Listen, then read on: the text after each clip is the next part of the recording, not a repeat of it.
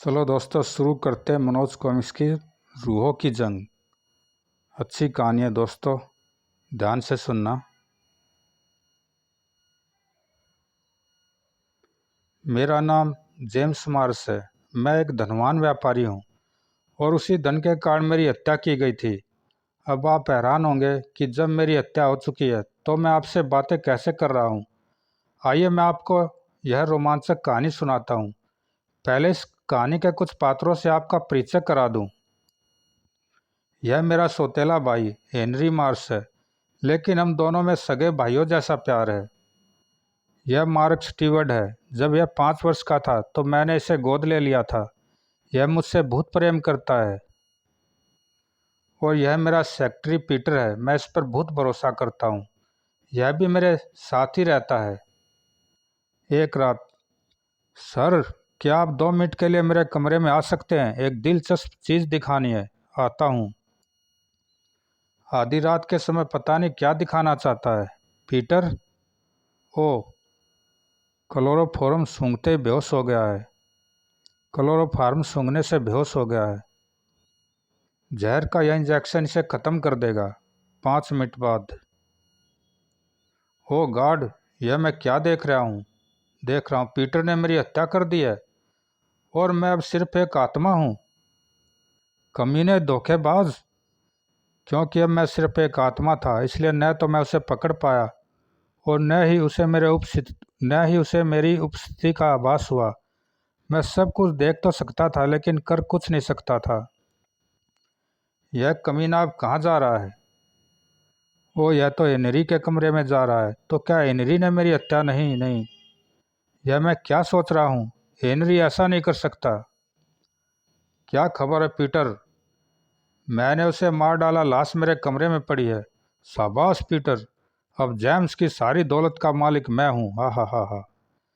ओ God, तो मेरी हत्या हेनरी ने कराई है। लेकिन अब उसकी लाश का क्या करेंगे? घबराओ नहीं, मैंने लाश ठिकाने लगाने की तरकीब सोच ली है। आओ मेरे साथ। वे दोनों मेरी लाश के पास पहुंचे। हम इसे उठाकर समुद्र में फेंक आएंगे। मेरी कोठी समुद्र तट पर थी। पिछले दरवाजे से वह तट पर आ गए और मेरी लाश को समुद्र की लहरों के हवाले कर दिया। फिर वे वापस कोठी में आ गए। पीटर, कमरे को अच्छी तरह चेक करो। हत्या का कोई भी निशान यहाँ नहीं रहना चाहिए। मैं चेक कर चुका हूँ, लेकिन मेरा विचार है यहाँ हत्या का एक गवाह मौजूद है। उसे भी खत्म करना होगा। कौन है वह? तुम, डिसुम। हाँ। हेनरी, क्या पागल हो गए हो? हा हा हा। ओ, हेनरी इसकी हत्या करना चाहता है। गुर्र गुर्र। आ, धोखेबाज। धाड़। आ, धाड़। अब मैं तेरी जान लूंगा डिसुम। गर गर, छह छोड़ तभी। आ, हा हा। आ, धाड़ आई। धाड़ धाड़। मर गया साला। हेनरी पागल हो गया है। अब इसे पीटर की हत्या के अपराध में फांसी होगी। अरे, अब यह कहाँ जा रहा है? यह मेरे कमरे में क्या लेने आया है? मेरे निजी लेटर पैड पर उसने एक पत्र लिखना आरंभ किया। पीटर ने मेरा एक महत्वपूर्ण राज जान लिया था, इसलिए मैंने उसकी हत्या कर दी। लेकिन बाद में पकड़े जाने के डर से मैंने अपना जीवन भी समाप्त करने का निर्णय कर लिया है।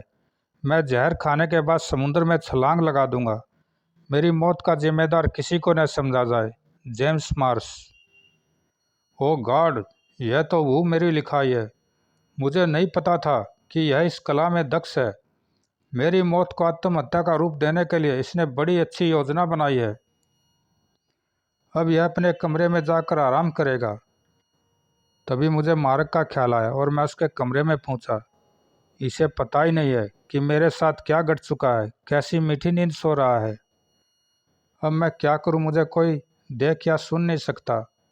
मैं किसी को बता नहीं सकता कि मेरी हत्या हुई है। अपने हत्यारों को मैं किस तरह सजा दिलवाऊं? फिर सारी रात मैं मार्क के सिरहाने बैठा रहा था। अगली सुबह, लगता है मार्क समुद्र में नहाने जा रहा है। छपाक। कुछ देर बाद जब मार्क पानी से बाहर आ रहा था। ओ, यह क्या है? पापा, ओ गॉड, यह क्या हो गया? ओ, यह तो मेरी लाश है। लगता है लहरें इसे वापस तट पर फेंक गई हैं। पापा, यह क्या हो गया आपको? बूहू। फिर मार्क दौड़कर हेनरी तथा नौकरों को बुला लाया। ओ गॉड, यह क्या हो गया मेरे भाई को? कमीना कैसी एक्टिंग कर रहा है। इन्हें उठाकर कोठी में ले चलो, शायद अभी कुछ जान बाकी हो। डॉक्टर को दिखाना चाहिए। चलो उठाओ। लाश लेकर वह मेरे बेडरूम में पहुंचे। डॉक्टर को बुलाने से कोई लाभ नहीं होगा, मार्क भाई साहब मर चुके हैं। तभी, अरे यह खत किसका है? मार्क ने खत पढ़ा। यह तो पापा का खत है। उन्होंने पीटर की हत्या कर देने की बात लिखी है। पीटर की हत्या? क्या कह रहे हो? सब दौड़कर पीटर के कमरे में पहुंचे। ओ गॉड, पुलिस को बुलाओ, यह बड़ा गंभीर मामला बन गया है। पुलिस आ गई। इस खत से तो यही लगता है कि मिस्टर जेम्स ने आत्महत्या की है, लेकिन पापा किसी की हत्या नहीं कर सकते इंस्पेक्टर। शाबाश बेटा।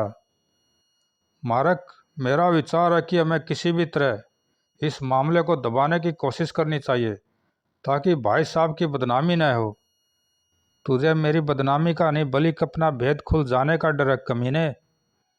हेनरी की कोशिशों से मेरी मौत को दुर्घटना का रूप देकर पुलिस ने मेरे अंतिम संस्कार की अनुमति दे दी थी। अपनी शव यात्रा में मैं खुद भी शामिल था। मेरे सामने मेरी लाश को दफन किया गया। उसी रात, अंकल, मेरा दिल पापा को हत्यारा मानने को तैयार नहीं है। हमें पापा के प्राइवेट कागजात निकाल कर देखने चाहिए। शायद कोई ऐसा सुराग मिल जाए जो उनकी मौत पर रोशनी डाल सके। तुम्हारा दिमाग खराब हो गया है मार्क। यह बेकार की बातें छोड़ो और अपने कमरे में जाओ। फिर मार्क अपने कमरे में आ गया। पापा, मुझे आपकी मौत में कुछ घपला लगता है, लेकिन मेरी समझ में नहीं आ रहा है कि मैं क्या करूं। काश मैं किसी तरह इसे हकीकत बता सकता। उधर हेनरी भी कुछ सोच रहा था। जेम्स के कागजात में उसका वसीयतनामा भी होगा। मुझे वह वसीयतनामा गायब करना होगा। वह सीधा लाइब्रेरी पहुंचा। यही है जेम्स के निजी कागजात। जब वह कागजात देख रहा था, तुम? हाँ, लेकिन आप इतनी रात गए यहाँ क्या कर रहे हैं? तुम मुझसे यह सवाल पूछने वाले कौन होते हो? अब मैं इस घर का मालिक हूँ। अभी आप अकेले मालिक नहीं है, क्योंकि पापा का वसीयतनामा अभी सामने नहीं आया है। मुझसे जबान लड़ाता भिखारी। तड़ाक। आ डिसुम। उफ।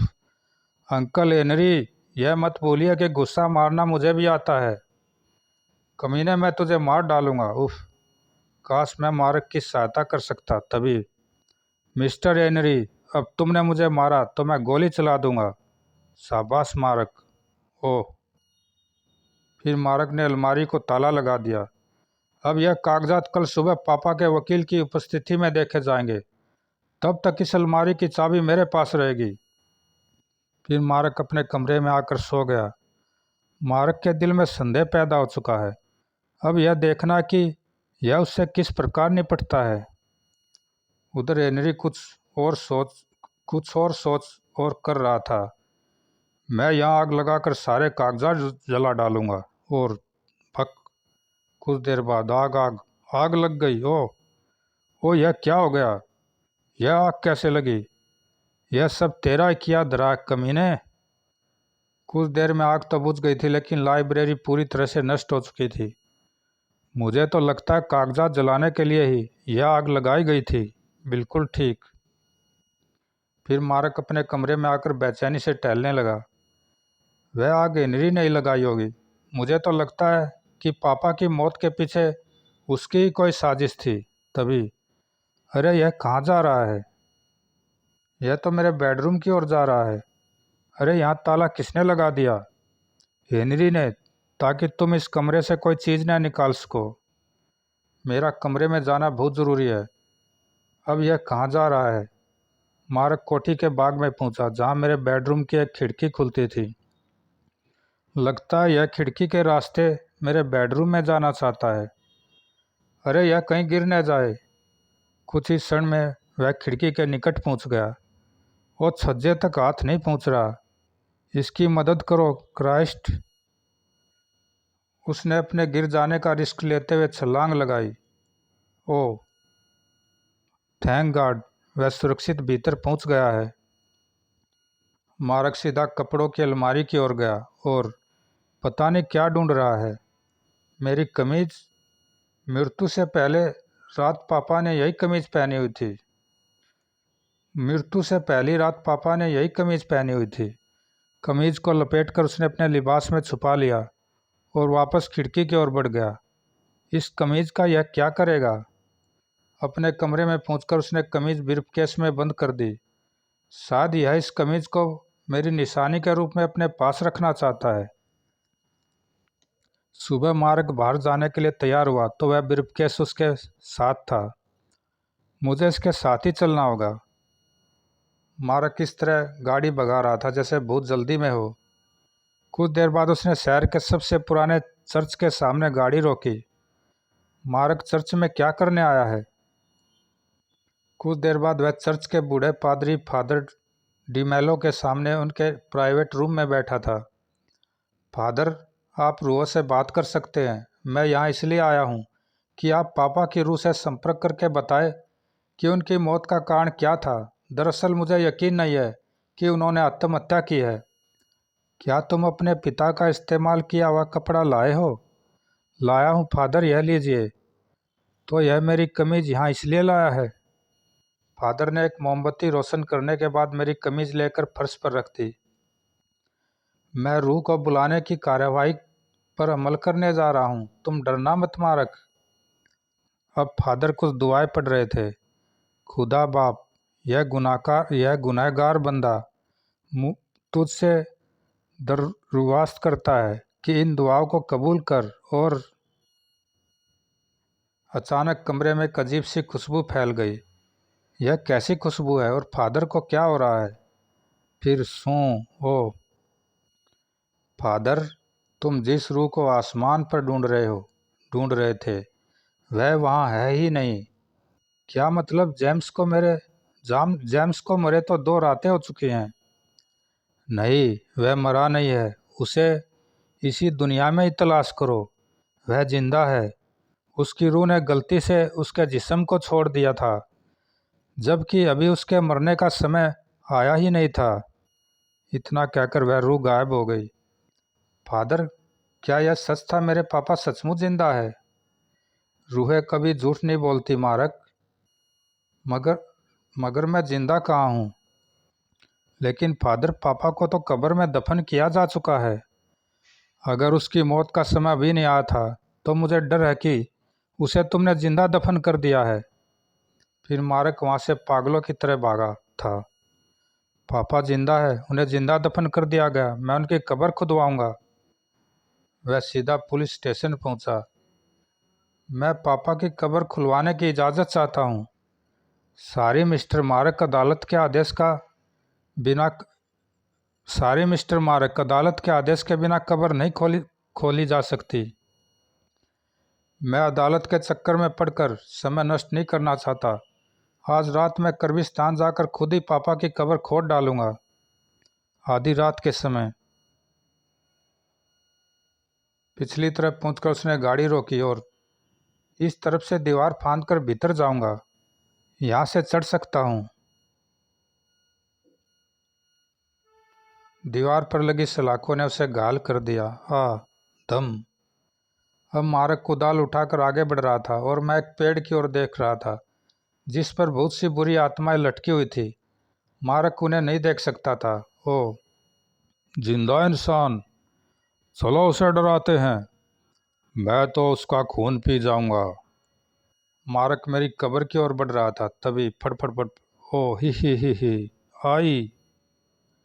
वह भूत? हा हा आई। वह दूसरी ओर भागा, लेकिन फुस ही हा ही आई। आजा, अपने खून से मेरी प्यास बुझा दे। हा। नहीं, मार्क इन पिशाचों का मुकाबला नहीं कर सकता। शायद मैं उसकी मदद कर सकूं। और उफ डिसुम। मार्क मुझे तो नहीं देख सका था, लेकिन उस दुष्ट आत्मा को गिरते देखकर हैरान था। तो तुम कौन हो? मैं उसका रखवाला हूँ, भाग जाओ यहाँ से। फिर मैं उन कंकालों की ओर लपका। धाड़ ठाक ही। छह, छोड़ दो मुझे, मैं अब उसे नहीं डराऊंगा, भाग जाओ सब। कमाल हो गया, यह सब भूत किसी से डरकर भागे हैं, लेकिन इन्हें डराने वाला मुझे दिखाई नहीं दे रहा है। खैर, मैं अब अपना काम करता हूँ। फिर वह मेरी कब्र पर पहुँचा। मैं आ गया हूँ, अगर आप जीवित हैं तो आपको यहाँ से निकाल ले चलूँगा। उसने खुदाई शुरू की। ठक ठक। कुछ ही देर में मिट्टी हट गई और ताबूत दिखाई देने लगा। तड़ाक। पापा, पापा, क्या आप सचमुच जिंदा हैं? फादर ने कहा था कि मेरी आत्मा गलती से शरीर के बाहर निकल गई थी। इसका मतलब यह है, अगर मैं फिर शरीर में घुस जाऊं तो जेम्स जीवित हो उठेगा। फिर सूं। अगले पल। मारक, पापा, मुझे बाहर निकालो बेटे। ओ पापा, आप तो सचमुच जिंदा है, कहीं मैं सपना तो नहीं देख रहा? यह हकीकत है मेरे बेटे, मैं मरा नहीं था, बल्कि मेरी हत्या की गई थी। लेकिन मेरी हत्या आसमान पर नहीं लेकिन मेरी आत्मा आसमान पर नहीं गई थी। मैं हर पल तुम्हारे साथ था। कुछ देर हम आपस में मशवरा करते रहे, फिर कब्रिस्तान से निकल आए। हेनरी बेडरूम में नींद का आनंद ले रहा था। खर खर खर। तभी दाड़। ओ भूत! हाँ, मैं जेम्स का भूत हूँ, अपनी हत्या का बदला लेने आया हूँ। मैंने तुम्हारी हत्या नहीं की थी, तुम्हें पीटर ने मारा था। और पीटर को किसने मारा था, जल्दी बोल। उसे मैंने मारा था। क्यों? सब कुछ सच सच बताओ, वरना खून पी जाऊंगा। बताता हूँ। तुम्हारी ज़्यादा दड़पने के लिए मैंने पीटर को बहलाकर तुम्हारी हत्या करवाई थी। बाद में मैंने पीटर को भी मार डाला ताकि मेरा राज न खुल सके। उसने सच्चाई उगल दी थी। इंस्पेक्टर, अब तुम अंदर आ सकते हो। क्या मतलब? हिलना मत हेनरी, हम तुम्हारी कही हुई बातें रिकॉर्ड कर चुके हैं। मैं तुम्हें हत्या के आरोप में गिरफ्तार करता हूँ। इस तरह मेरे हत्यारे अपने अंजाम को पहुँच गए और मैं आज भी जिंदा हूँ। वह अपने इस जीवन के लिए मारक का आभारी हूँ। अब मारक ही मेरा इकलौता वारिस है। समाप्त दोस्तों, अच्छी कहानी थी। ज़रूर लाइक सब्सक्राइब करना, कमेंट में बताना कैसी लगी। धन्यवाद दोस्तों।